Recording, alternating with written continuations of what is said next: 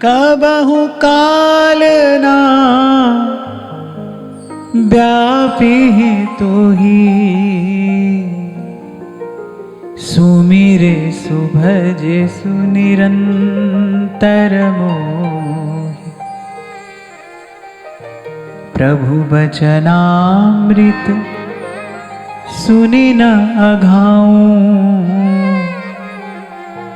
तन पुलकित मन अति हरसां।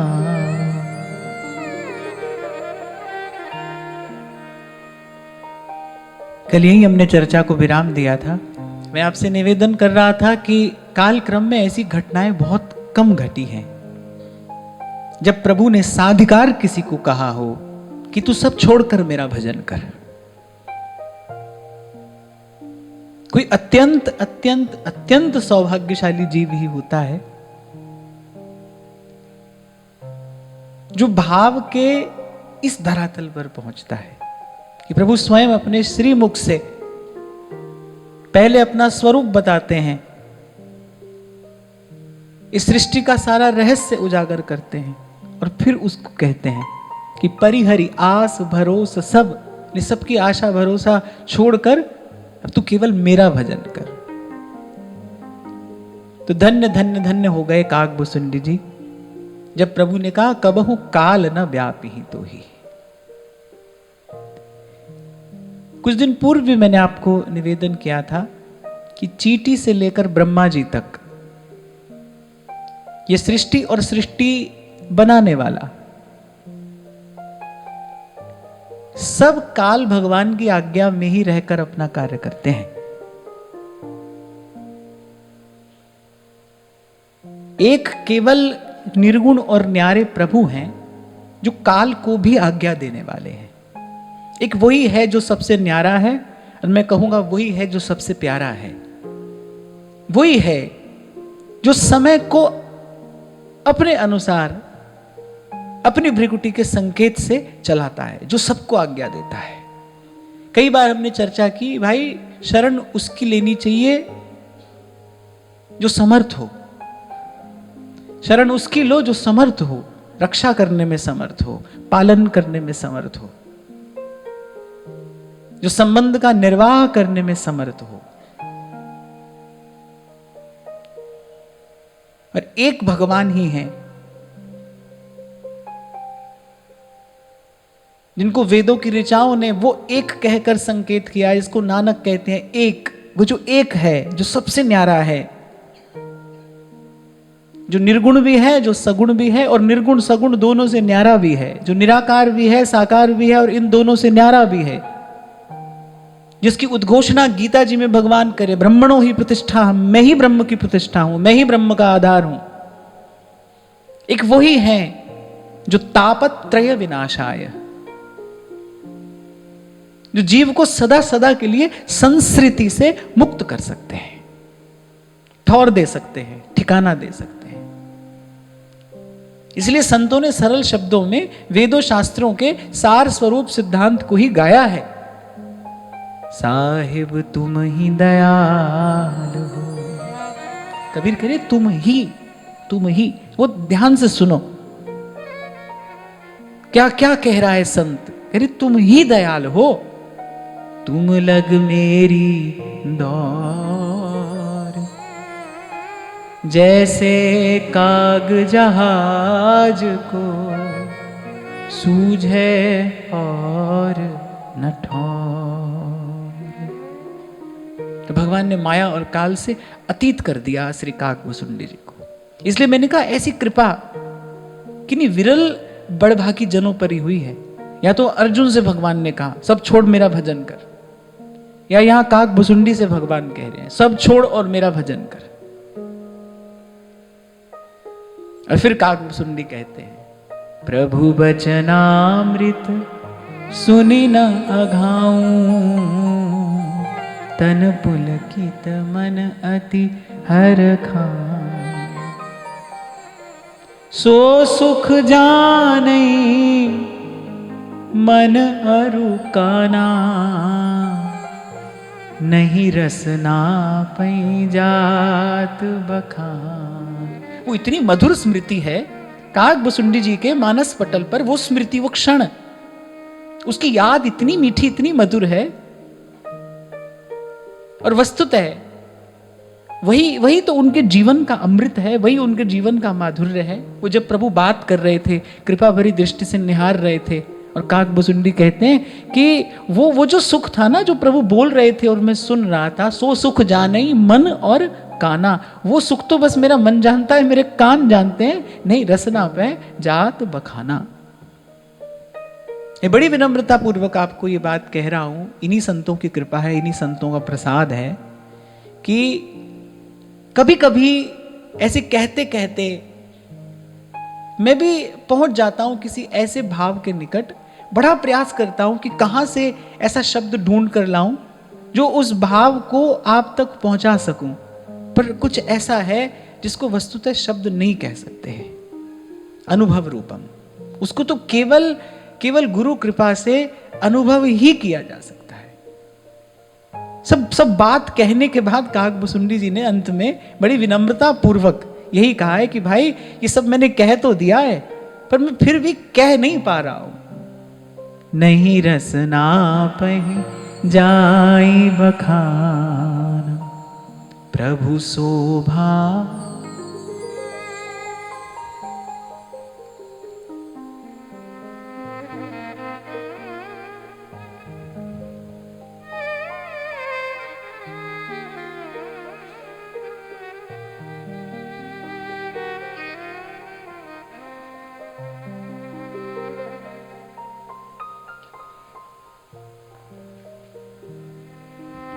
प्रभु शोभा सुख जानहि नयना,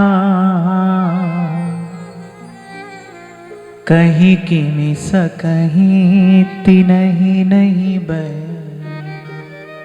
और कह रहे वो जो प्रभु की शोभा जिसे मेरे नेत्रों ने देखा, बोले वो बस नेत्र ही जानते हैं, कोई शब्द नहीं है कि मैं आपके सन्मुख उस शोभा का, उस रूप माधुरी का वर्णन कर सकूं। जो प्रभु के शब्द हैं उसका माधुर्य मेरे कान जानते हैं, मेरा मन जानता है। और वो जो प्रभु की रूप माधुरी है, यहां शोभा शब्द का वर्णन किया है, जो प्रभु की शोभा है, शोभा में कहीं ना कहीं एक सुखद अनुभूति निहित है। उसी को शोभनीय कहना चाहिए जो दूसरे के लिए सुखद हो। संसार का कोई रूप ऐसा नहीं है जो दूसरे के लिए सुखद हो। संसार का रूप तो दूसरे के मन में कहीं ना कहीं क्षोभ या विकार पैदा करने वाला है। लेकिन प्रभु का रूप कैसा है कि इसीलिए शोभा शब्द का प्रयोग केवल प्रभु के रूप के लिए ही किया जाना चाहिए। प्रभु के ही रूप की शोभा है जो सबके लिए, सर्व के लिए सुखद है, सुख का विधान करने वाला है प्रभु का रूप। प्रभु शोभा सुख जानहि नयना। ऐसे ही जब महादेव कथा सुनाते हैं ना, तो कभी कभी कोई ऐसा क्षण आ जाता है, कथा कहते कहते महादेव मौन हो जाते हैं। जैसे श्री हनुमान जी के मस्तक पर प्रभु अपना कर कमल पधराते हैं, प्रभु कर पंकज कपि के सीसा और सुमिर सुदशा मगन गौरी सा। तब ते मोहिना व्यापी माया, जब ते रघुनायक अपना। जब से प्रभु ने अपनाया तो उसके बाद से काकभुसुंडी जी कह रहे, जैसे हमारे सेवक जी कहते हैं ना, आपुनो भाग आपुन कहत। जैसा आपको आरंभ में मैंने कहा ना, बहुत बहुत कम ऐसी घटनाएं घटी हैं, बहुत कम ऐसे बड़भागी जन हुए हैं जिनको प्रभु ने कहा है सब छोड़कर हमारा भजन करो। और ऐसे ही भक्तों के भी वाक्य आपको बड़े थोड़े सुनने को मिलेंगे जिन्होंने अपने जीवन काल में घोषणा की हो कि हम माया से मुक्त हो गए। जिस माया के लिए भगवान कह रहे हैं भाई ये दुरत्या है, उस माया से मुक्ति की घोषणा करने वाले भक्त भी आपको बड़े थोड़े ही मिलेंगे। उद्धव जी ने कहा हमने जीत लिया आपकी माया को। कबीर जी कहते हैं हम तो बच गए साहेब कृपा से, संत सवद लग उतरे पार। कबीर कहते हैं जो कि त्यों धर दीनी चदरिया। कबीर जी घोषणा करते हैं, हमारे सेवक जी ने कहा है, आपनो भाग आपुन कहत, हरिवंश भरोसे भय निडर, सुनित गरजत हरिवंश बल। यहां श्री काकभूसुंडी जी कह रहे, तब ते मोहिना व्यापी माया,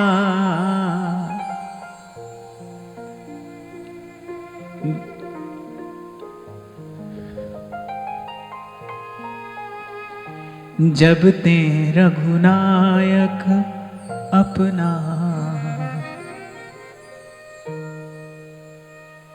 यही मैंने कभी पूर्व में आपको कहा था, कभी मन पूछे ना भाई कब तक करना है भजन, कब तक लगे रहना है साधन में, जब तक प्रभु अपना नहीं ले, जब तक प्रभु अपना नहीं कर ले तब तक करना है, तब तक ऐसे लगे रहना है, गुरु चरणों से हरि चरणों से लगे रहना है जब तक प्रभु अपना नहीं ले।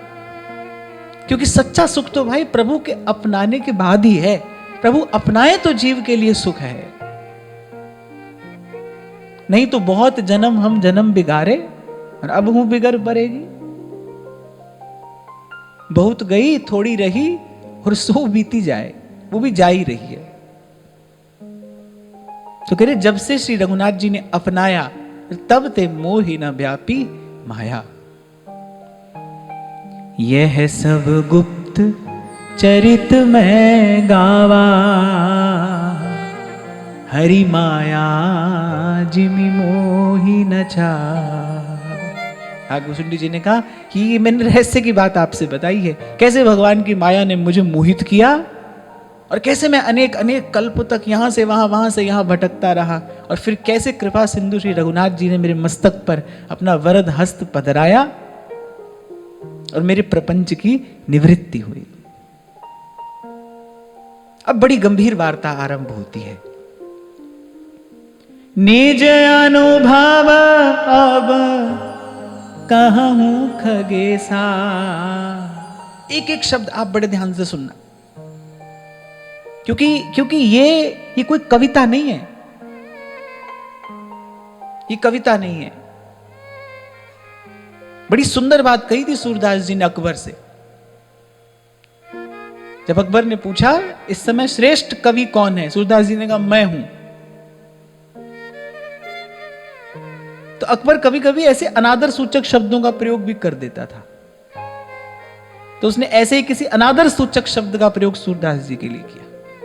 बोले अगर तुम कवि हो तो फिर तुलसीदास कौन है?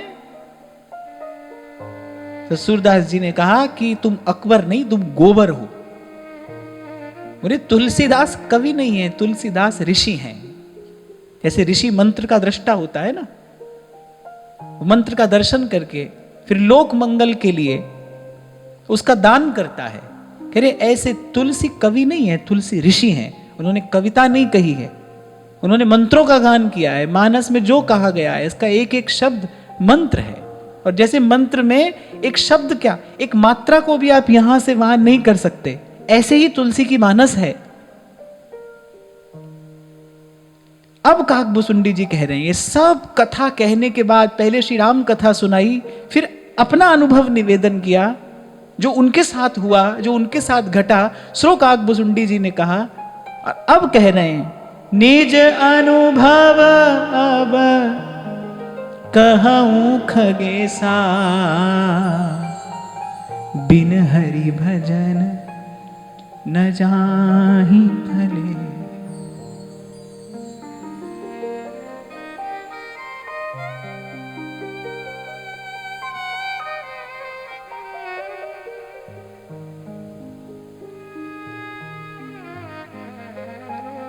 एक बार भगवान का नाम लेते हैं फिर आगे चलते हैं। मुकुंद माधव गोविंद बोल, केशव माधव हरि हरि बोल।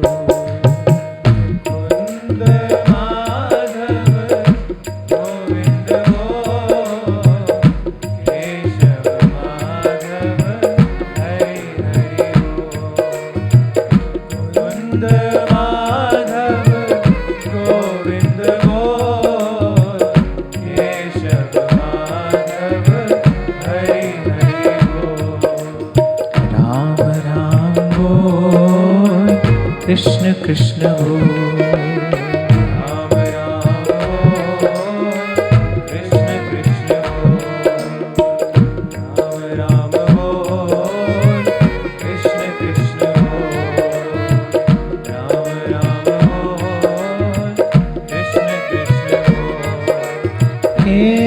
केशव माधव गोविंद बोल, केशव माधव गोविंद बोल, केशव माधव हरि हरि बोल, केशव माधव हरि हरि बोल, केशव माधव हरि हरि बोल, केशव माधव हरि हरि बोल, केशव माधव हरि हरि बोल।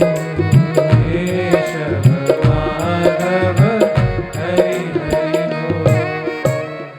ये जो अब शब्द का प्रयोग श्री काकभूषुंडी जी कह रहे हैं ना कि निज अनुभव अब कहा हूं खगेसा, माने उपदेश देने का अधिकार किसको है, किसको उपदेश करना चाहिए?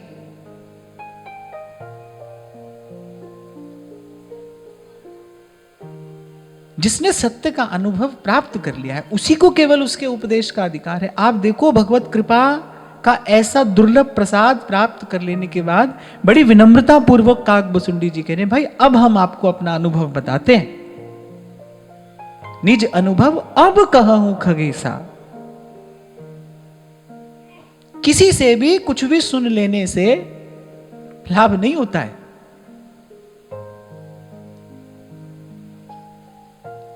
जैसे जो डॉक्टर नहीं है उससे दवा ले लेने से अधिकांशतः लाभ के स्थान पे हानि ही होती है, क्योंकि वो अधिकारी नहीं है, उसने विद्या पाई नहीं है।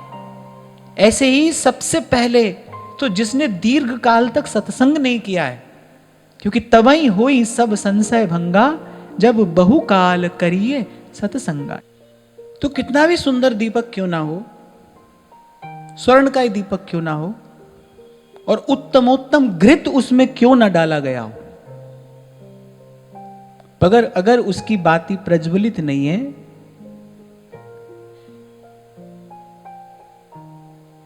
अगर बाती ही जली हुई नहीं है, तो फिर दूसरे दीपक को प्रज्वलित होने की कोई संभावना नहीं है। ज्योति से ही ज्योति जलाई जाती है ना। इसीलिए कबीर कहते हैं घट घट मेरा साइया और सूनी सेज न कोय, सबको प्रणाम है पर बलिहारी उस घट के जहां घट प्रगट हुए, जहां वो सत्य प्रकाशित हुआ है, जहां वो उजागर हुआ है। तो देखो कितने दीर्घ काल के सत्संग के पश्चात, कितने दीर्घ काल के साधन के पश्चात, और फिर प्रभु से ऐसा अद्भुत प्रसाद पाने के बाद श्री काकभूषुंडी कह रहे भाई अब हम अपना अनुभव कहने योग्य हैं, अब आपसे कह सकते हैं कि ये हमारा अनुभव है।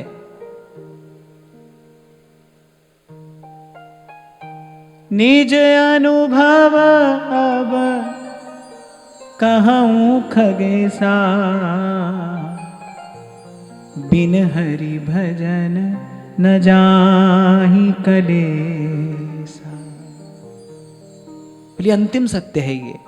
पहली बात भी यही है, किसी को पहली बात समझ में आ जाए तो बहुत अच्छा है। बुद्धिमान व्यक्ति तो संकेत से समझ लेता है। कक्षा में अध्यापक पढ़ाता है, एक बालक एक ही बार में सब समझ लेता है। एक अंत तक भी बेचारा मुश्किल से, कठिनाई से पास ही हो पाता है, और कोई कोई होता है वो भी नहीं हो पाता है। ये तो अपनी अपनी योग्यता, अपनी अपनी पात्रता है ना। पर प्रथम बात भी यही है और अंतिम सिद्धांत भी यही है, बिन हरि भजन न जाहि कलेसा। जीव के क्लेश की निवृत्ति नहीं होती बिना प्रभु के भजन के। और मैंने सब संतों की वाणी में यही दर्शन किया, वो मंगलाचरण भी करते हैं प्रभु की कृपा मनाकर, और वो विश्राम पर पहुंचते हैं, वहां भी बस प्रभु की कृपा का ही दर्शन करते हैं। सोई काकभूषुंडी जी कह रहे हैं, राम कृपा बिन सुन खगराई,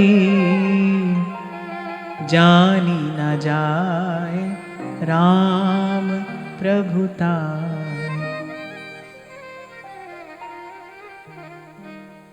बोले राम कृपा बिन सुन खगराई, जानी न जाए राम प्रभुताई। कल यही बात हम कर रहे थे ना, इसीलिए संत कह रहे हैं प्रभु समस्त शक्तियों में सर्वोपरि आपकी कृपा शक्ति है।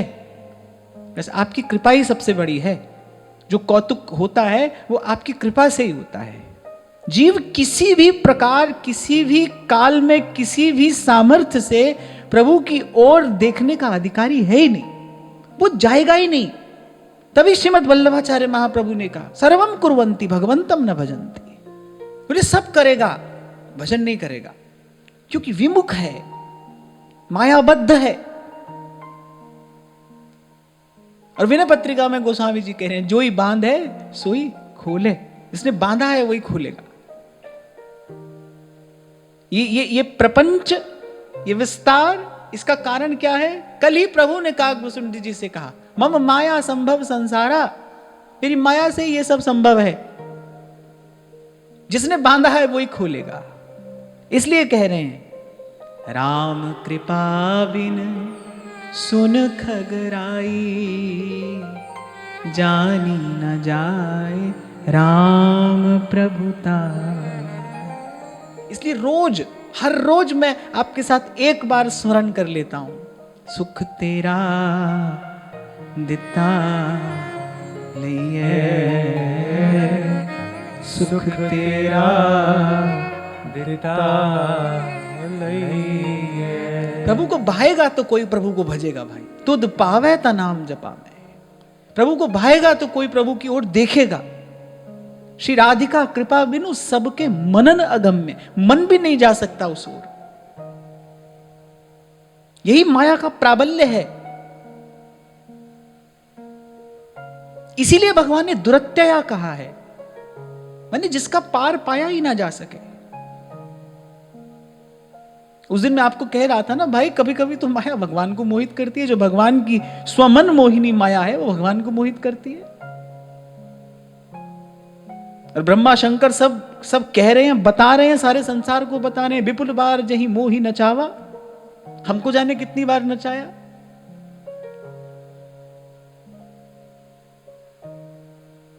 जही राखे रघुवीर।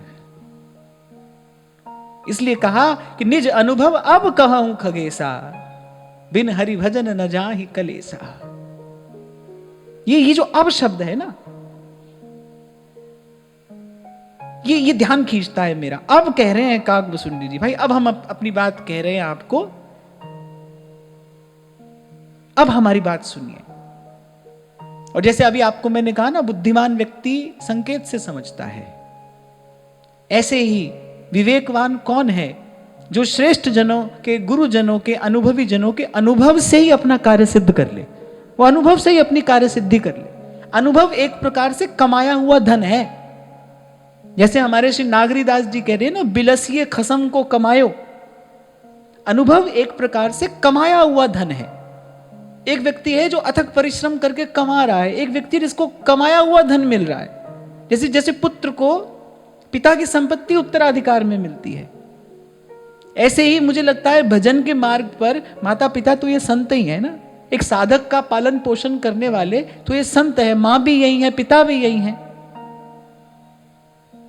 और इनके जो अनुभव हैं वो संपत्ति आपको मुझे उत्तराधिकार में मिली है।